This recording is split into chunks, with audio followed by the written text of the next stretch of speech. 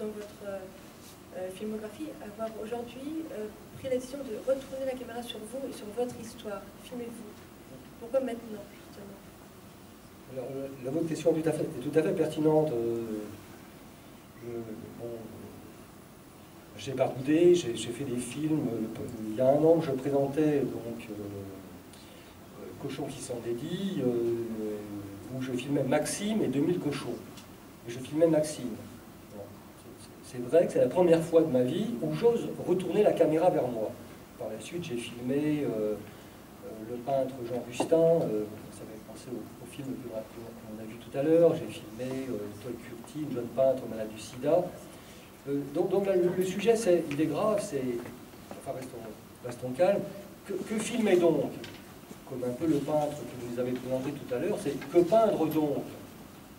C'est une question vachement emmerdante.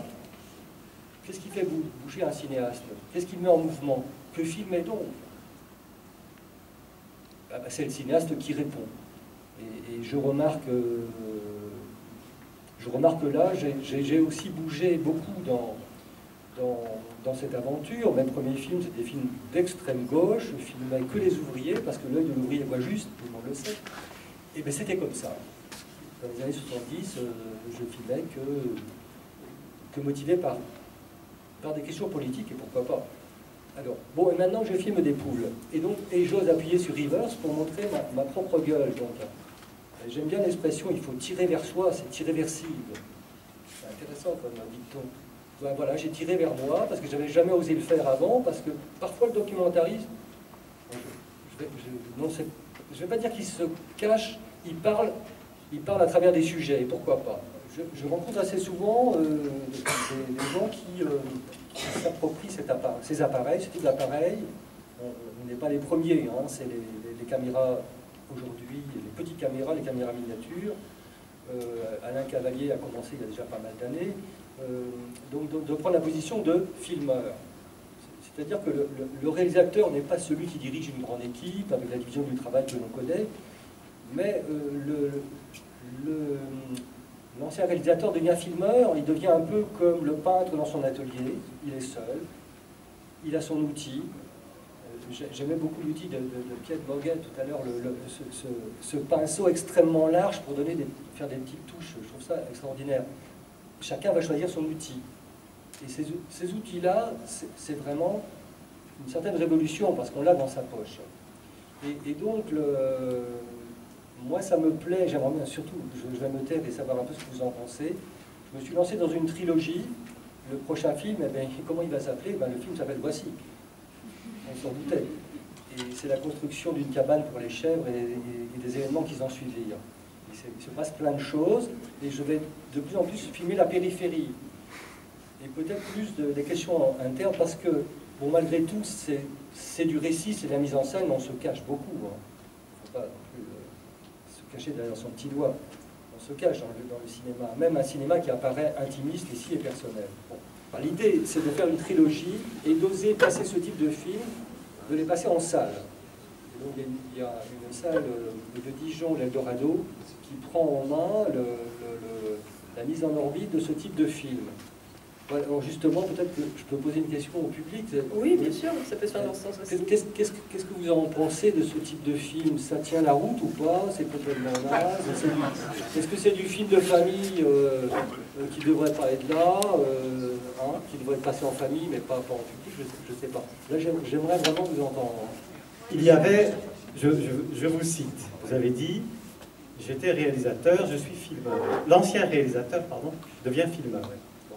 Aujourd'hui, on a tous l'appareil dans la poche, et donc il n'y a pas, comme avant, 100 réalisateurs, mais 1 million de filmeurs.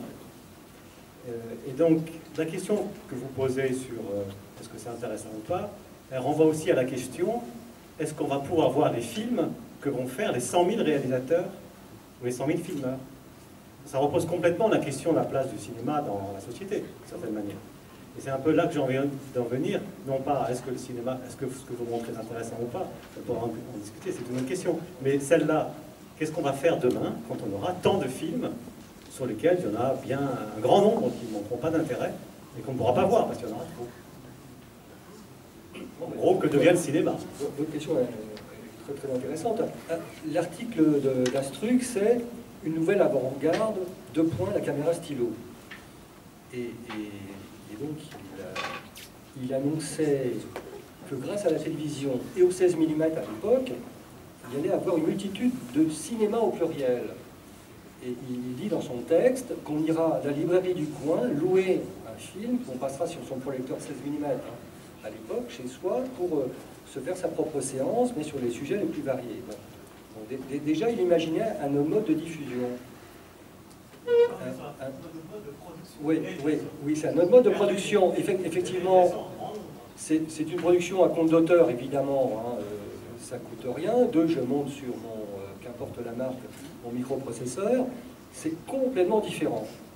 Ceci dit, au moment où je vous parle, je fais toutes les démarches que je connais pour démarrer un documentaire long avec paiement, tout le système, passage avec l'avance automatique et tout le bazar, parce que j'ai besoin de vivre et j'ai besoin de fric. Il faut être simple. Donc là, votre question est pertinente. Vous voyez. Hein, parce que d'un côté, je repars sur un documentaire de forme classique avec une division du travail, parce que le Poitou-Charentes doit me subventionner, mais pour être subventionné, il faut qu'il y ait preneur de son, directeur de la photo, script, etc., etc. Donc on va marcher sur deux pattes. C'est sûr que ça va bouger. Ça donne de l'espoir à qui n'a pas une production de 10 000, 20 000 ou 100 000 euros de faire son film. Hein, des films, alors peut-être plus intimistes, des autoportraits, des autofilmages. Voilà. Et pourquoi pas des fictions. Merci beaucoup, monsieur Lédac.